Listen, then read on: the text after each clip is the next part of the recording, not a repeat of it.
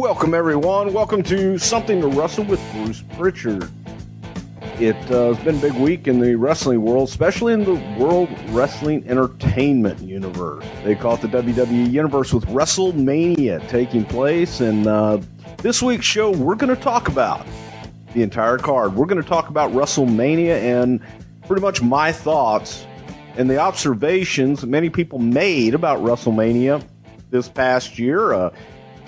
And tell you what I think about what they did and their plans for the future. WrestleMania 26, a huge event, and on paper looked like it was possibly going to be one of the best WrestleManias of all time.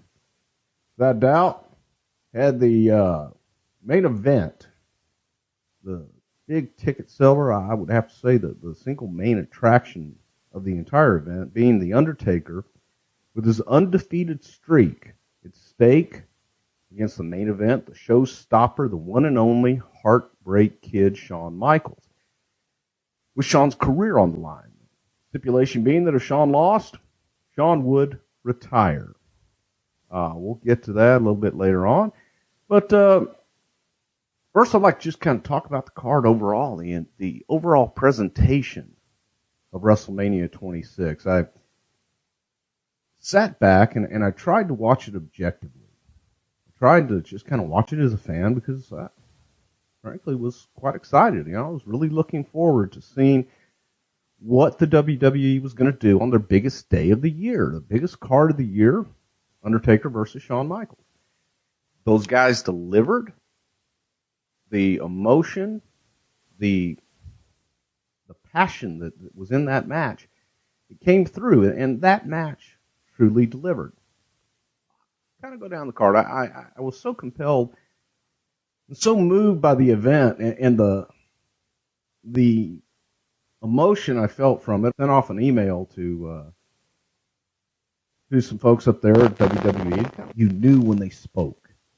JR is probably the best play-by-play man that's ever been in the business, sans Gordon Soley. JR told a story. JR had passion.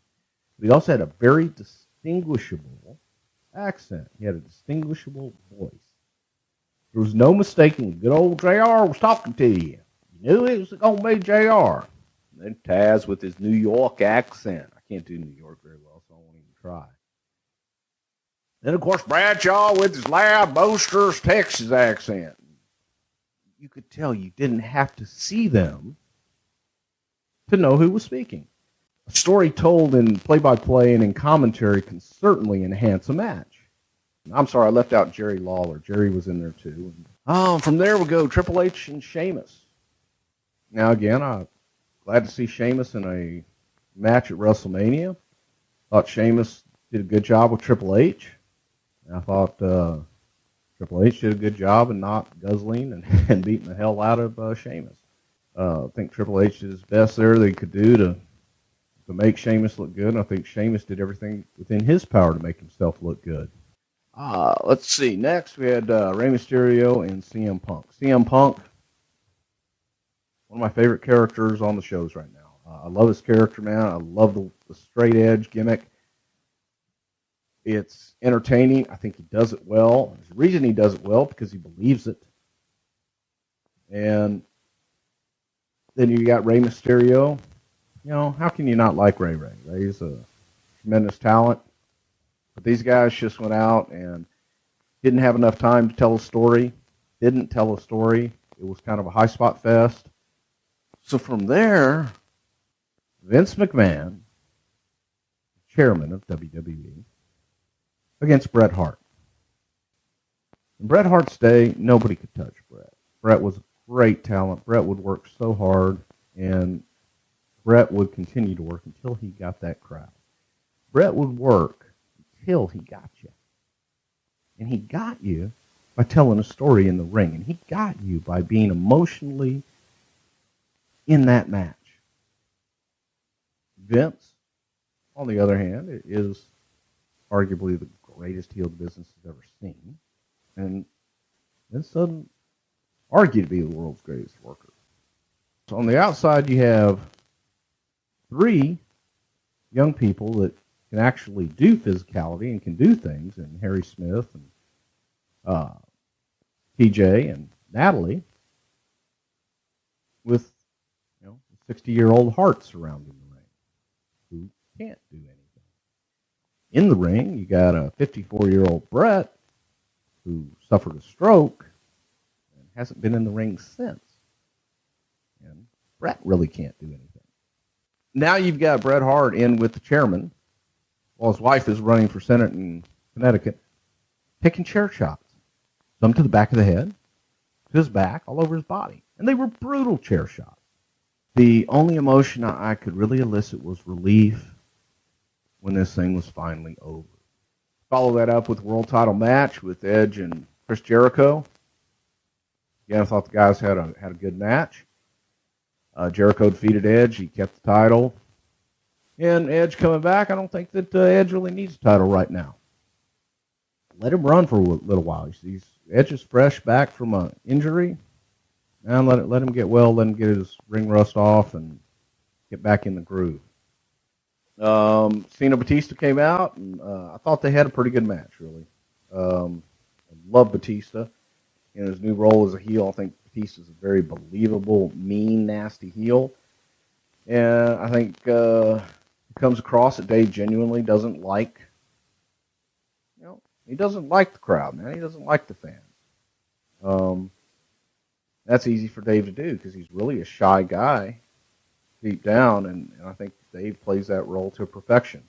John Cena winning the title, a great WrestleMania moment for John. I just don't think John Cena needs the World Championship or WWE Championship, whatever we're calling that one. I think John Cena's a star enough on his own, and it just kind of felt unnecessary. I think that it would have done a lot more to have Batista defeat Cena and Batista continue to reign and kind of shove that title up everyone's butt for a little while longer. So now, we've got the main event, the match everybody was waiting for, Shawn Michaels and The Undertaker.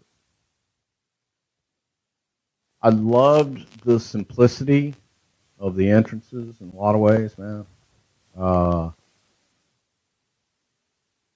And to see those two guys, both of whom started shortly after I did. I've been with both of them through their entire career. It was a joy to watch. It's very emotional to watch. I didn't want Undertaker to have his streak ended, and I certainly never wanted Shawn to retire. The outcome being Undertaker beating Shawn, I think was the right one. Again, selfishly, I didn't want his career, Undertaker's streak to end. And, I think Shawn's kind of ready to hang it up for a little while. Head on back to the ranch and be with his kids and his wife and chill out. He certainly deserves it. And that, it's one time when you get to see a great match, great outcome. It was perfectly done with no music at the end after Undertaker left, and Shawn walking out with no music, I thought was a great send-off. So, the high point of the night, at least it was in the right place. Thank God they didn't put that thing on earlier because no one could have followed it. And, there's not much you can really say about it other than that was a great match. Now, for those watching at home, I got to tell you the biggest pop of the entire evening in my house was as Shawn waved goodbye at the top of the ramp. An advertisement came up for Howard Stern porn. And all kinds of great names for the different porn selections that were coming up on demand on your cable system. And it went on for about 30 seconds, and then they cut back to an outside shot of the Arizona Stadium, and then cut quickly to generic cable commercials. So I thought the porn was strategically placed. That was very interesting in my house, and everybody got a big kick out of that. Even the kids not even having a clue what the hell they were reading. Great finish at the end with Taker and Shawn. Hats off to them. nothing bad to say about that.